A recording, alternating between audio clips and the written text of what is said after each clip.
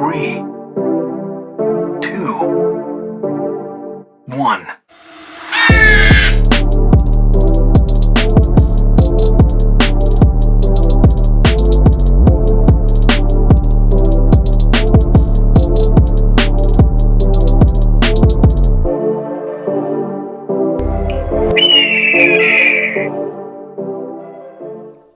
What up, Falcons Nation? Rise Up Nation, it's your boy, Jazzy Jeff. Real talk, no gimmicks. Bring that real Falcons talk to real Falcons fans. And if you're new to my channel, welcome. Please hit that subscribe button. Stay tuned for future content.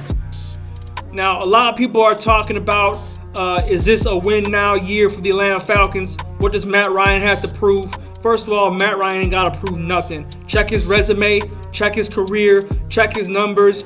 He ain't got to prove nothing. If anyone got anything to prove, it's the goddamn defense. But that's for another day. Today we're going to talk about, is this a win now year for the Falcons? It better be. Once the Falcons selected Kyle Pitts, this had to be a win now situation. If you didn't think this was a win now situation, if you thought this was a rebuild, then you don't draft Kyle Pitts. You draft the quarterback for the future and you plan for the future. You don't draft Kyle Pitts. Kyle Pitts is a win now move. And that goes hand in hand with this Julio Jones trade. If you are going to win now, you do not trade Julio Jones. That does not win you now. What's the most you're going to get for Julio Jones? Draft picks? How does draft picks help you this year if you're going to win now? The only thing that would help the Atlanta Falcons if they were to trade Julio Jones would be live bodies. And I'm talking about edge rushers on the defensive line. That's the only way that would make sense to still win now and trade Julio at the same time. Anything other than that is irrelevant and not worth discussing. Julio Jones is staying on this team. We need all hands on deck because Arthur Smith told us this is a win now season. They invested in the offensive line. They got a couple free agent signing running backs. They invested in the defense, the safety, the defensive tackle. This is a win now mode. We got Julio, we got Calvin, we got Pitts, we got Gage, we got Darby. This offense should be no excuses. And it never is no excuse because our offense is never the problem. It's mostly our defense. So I think it could be a win now. I'm not expecting 13 wins. I'm not expecting 12 wins. If we want to look like the Atlanta Falcons of 2016, remember that defense was middle of the road, but they were opportunistic. They got turnovers. They got costly, timely interceptions. That's the kind of defense we're going to need. It doesn't have to be a Pittsburgh Steelers defense. It doesn't have to be a Baltimore Ravens defense. It just has to be a serviceable defense. It cannot be dead last like we were last year in passing yards per game allowed. That is one of the things that I got so upset about this draft. Even if I don't agree with the Kyle Pitts pick, I understand it. But what I don't understand is why we took so long to deeply invest in the defense. The back end of the draft should not have been defense. That should have been where you got the offensive lineman, running back, etc. That should have been the first half of the draft after Pitts. Should have been defense, defense, defense. That's how I would have done it. Because all through all the offseason, all I heard was, Jazzy Jeff, you can't draft a quarterback. We have a bad defense. You need to fix the defense. Defense wins championships. Okay, cool.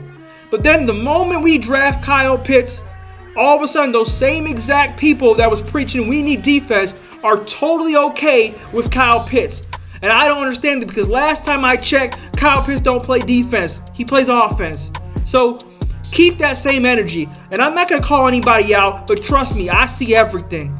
I see everything. The same people who said you could not draft the quarterback because it makes no sense, we need defense, are celebrating Kyle Pitts joining the team.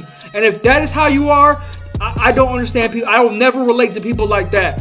I stay consistent no matter what. No matter the hatred I get or how many people like me, I'm going to stay the same all the time. This is Jazzy Jeff, real talk, no gimmicks. I don't change nothing about how I come across.